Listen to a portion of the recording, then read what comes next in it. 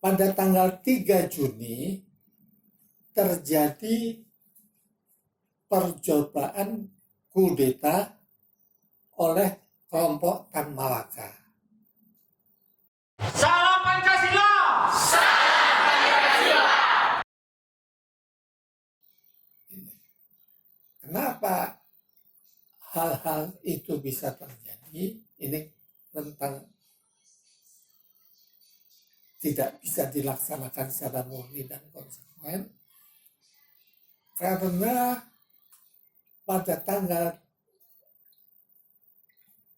agak balik sini, pada tanggal 3 Juni terjadi percobaan kudeta oleh kelompok Tan Malaka. Keluar Undang-Undang Nomor 6 tahun 1946 karena Perdana Menterinya Syahrir diculik atas permintaan presiden. Jadi karisma presiden Soekarno sangat tinggi. Syahrir dilepaskan, dikembalikan, tetapi juga langsung Perdana Menteri Syahrir ini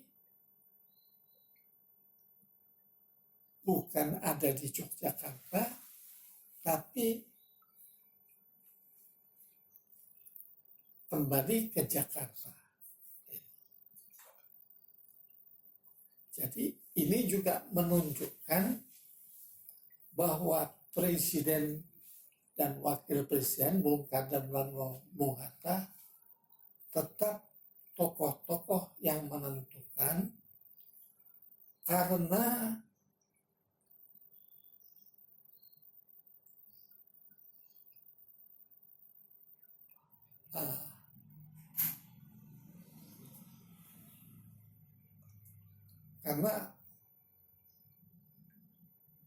ada pertentangan apakah kita akan menggunakan polisi kebijakan melalui diplomasi atau perjuangan. Jadi perbedaannya kelompok Tan Malaka ini, Persatuan Perjuangan, menghendaki merdeka 100%. Hal itu tidak mungkin dilakukan. Kalau tidak mau mengakui Indonesia merdeka 100%, jangan mau berunding dengan Belanda itu. Tapi Bung Karno dan Bung Hatta itu menganggap hal ini tidak realistis.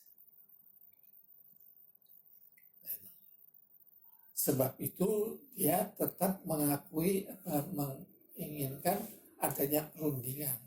Dan Belanda ini lebih condong, dia tidak mau berbicara dengan, terutama dengan Bung Karno dan Bung Hatta, dan lebih suka berbicara dengan Sultan Syahrir. Artinya dia bukan itu. Jadi Sultan Syahrir ini bukan tokoh yang utama, tetapi tokoh utama dianggap Belanda tokoh utama yang tidak bekerja sama dengan Jepang. Jadi karena dia tidak bekerja sama, dan Bung Karno dan Bung Hatta menyadari hal ini, kemudian mengajukan Syahrir sebagai Perdana Menteri. Tan Malaka ini, Persatuan Perjuangan ini juga diikuti karena orang tidak tahu betul bagaimana menjalankan pemerintahan. Panglima Besar Sudirman pun ada di kelompok Persatuan Perjuangan itu pada bulan Januari, Februari itu. Jadi aneh di dalam segi pemerintahan bahwa Perdana Menteri, bahwa Panglima Besar tidak mengikuti Perdana Menteri.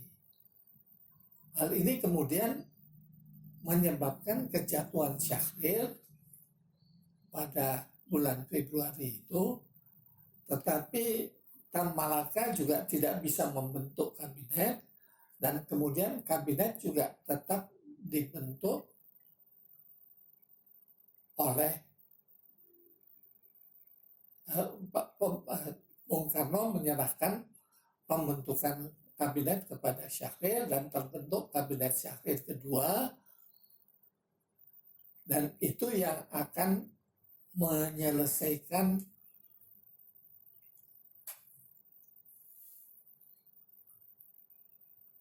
persetujuan Linggarjati. Dapat saya tambahkan bahwa pada pertentangan ini menunjukkan bahwa pada pada bulan Februari itu bulan peristiwa 3 Juli itu kekuasaan dipegang kembali oleh presiden dan baru dikembalikan pada bulan Oktober. Oktober, Syahrir menyelesaikan itu pada bulan, persetujuan itu pada bulan November, diparaf, ditekan saja, dan baru disetujui pada tanggal 25 Maret 1947. Seperti dikemukakan di atas sebelumnya, persetujuan Linggarjati itu penafsirannya tetap berbeda. Jadi Belanda menafsirkan berbeda dengan penafsiran Republik Indonesia. Yang terutama adalah apakah di masa interim, jadi sebelum terbentuknya Republik Indonesia secara keseluruhan, siapa yang berdaulat? Belanda menyatakan bahwa Belanda yang masih berdaulat, ini yang selalu menjadi persoalan, bahwa seolah-olah Indonesia sudah berdaulat sejak tanggal 17 Agustus 1945. Pemerintah sendiri, Bung Karno dan Bung Hatta, menyatakan juga belum berdaulat. Karena lihat secara realistis, jadi bukan harapan-harapan, realistis.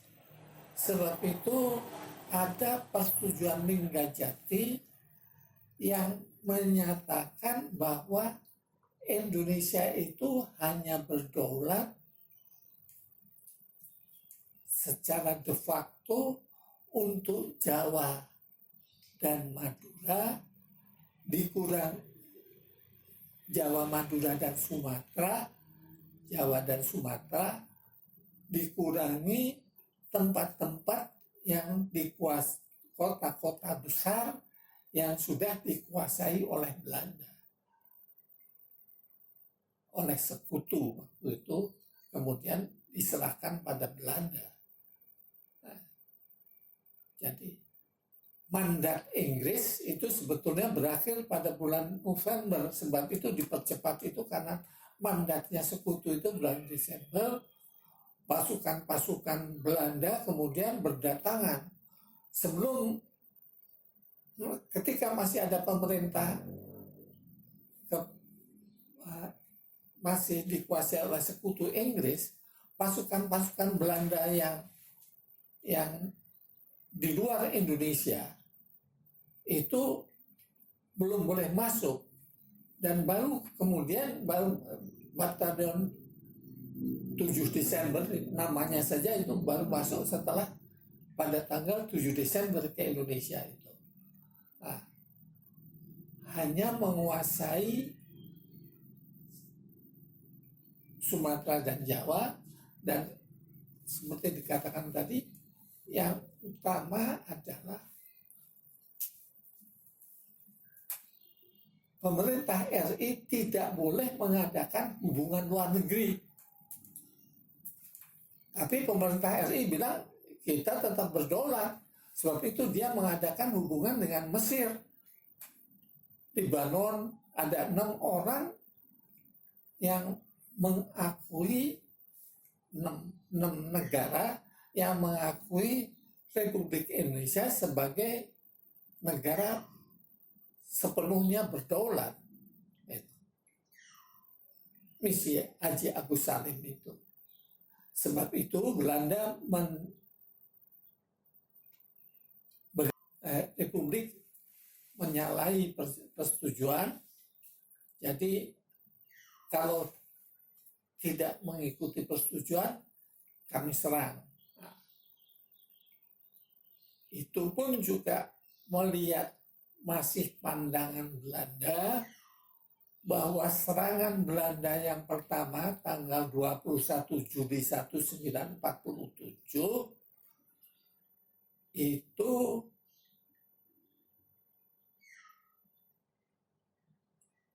suatu agresi dari pihak Republik, tapi Belanda hanya menyebutkan aksi polisioner saja. Karena yang berdaulat menurut Belanda ya masih Belanda. Itu.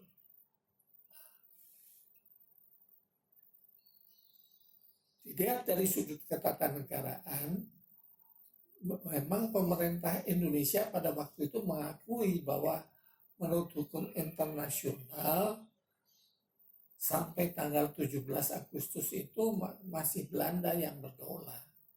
Setelah itu pun Belanda berdaulat. Menurut Republik, kita itu sudah diakui sebagai belligerent, pihak yang bersengketa. Sudah tidak dianggap sebagai ekstremis, sebagai pemberontak ketika Inggris menyatakan bahwa tidak akan mencampuri sengketa Indonesia Belanda pada itu kita sudah dianggap sebagai, menurut kita sebagai belligerent. Sebab itu kita pertahankan status quo. Pertahankan status quo 2 Oktober. Tetapi kita juga mengetahui bahwa di bagian lain Belanda juga tidak mengalah begitu saja. Dia kemudian mendirikan, kalau menurut kita negara-negara boneka, yaitu mengadakan pertemuan-pertemuan di Malino tahun 46 dan mendirikan negara Indonesia Timur. Jadi waktu negara Indonesia Timur ini punya konstitusi sendiri. Negara Indonesia Timur itu pada tahun 45 itu tidak diduduki oleh tentara Inggris, Southeast Asia Command, tapi diduduki oleh tentara Australia.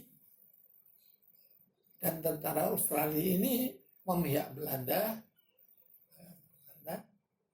Kemudian membiarkan Belanda menangkapi Gubernur Ratulani dan menangkapi di Sulawesi, dan Gubernur Nusa Tenggara Mr. Puja juga ditangkapi.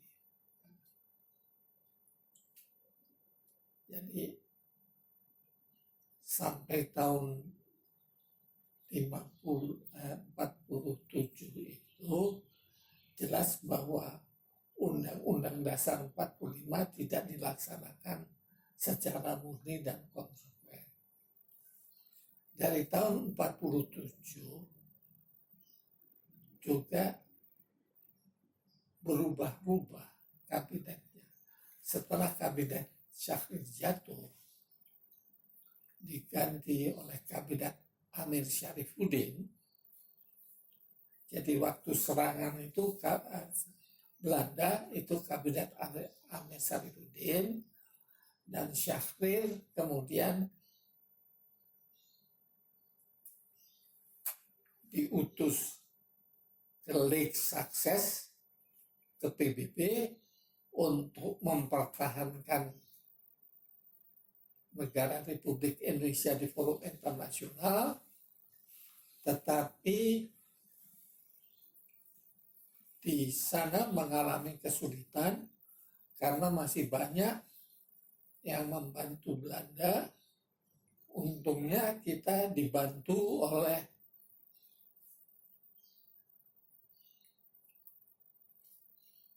Syria yang pada waktu itu memimpin Dewan Keamanan pada bulan Agustus 1947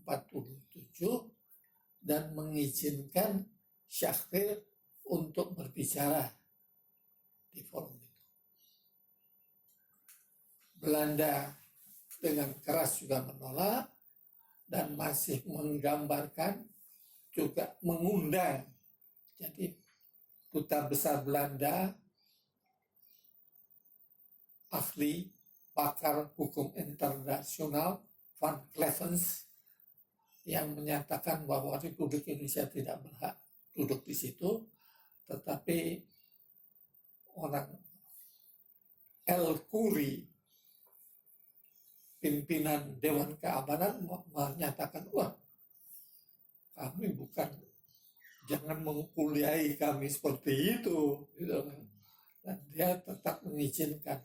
Tapi Van Clevens juga mengajak Perdana Menteri Negara Indonesia Timur ke situ, juga mengajak Presiden Negara Indonesia Timur Sukawati,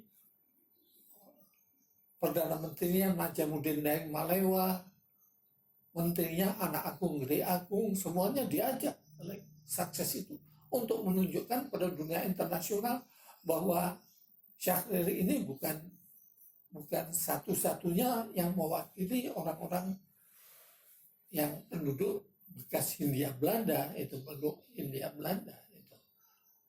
Tapi singkatnya, Syahrir yang dibantu oleh Palar pada waktu itu juga masih warga negara Belanda, masih anggota Tweede Kamer Belanda, Parlemen Belanda, tetapi kemudian memihak Indonesia. Dan yang mungkin lebih fasih dalam berdiplomasi, jadi Syahrir itu hanya 2 kali saja, selanjutnya yang mempertahankan Republik Indonesia itu adalah Palar. Singkatnya, menang Indonesia, artinya PBB menyatakan bahwa harus diambil alih oleh PBB, dan tumbuh Komisi 3 Negara. Komisi 3 Negara yang dipilih oleh Belanda, boleh memilih wakilnya. Belanda memilih Paul van Zeeland dari Belgia, Republik memilih wakilnya Judge Kirby dari Australia, dan kedua wakil ini memilih ketuanya Profesor Graham dari Amerika. Singkatnya, terjadi perundingan dan kemudian terjadi perundingan Renville, persetujuan Renville yang dipimpin oleh Amir Syarifuddin. Tapi ini pun kita tolak, banyak ditolak sehingga kabinet Amir Syarifuddin jatuh dan kemudian diganti oleh kabinet presidensial, artinya wakil presiden Hatta yang memimpin, bukan orang dari partai. Singkatnya, setelah perjanjian Renville ini, Belanda juga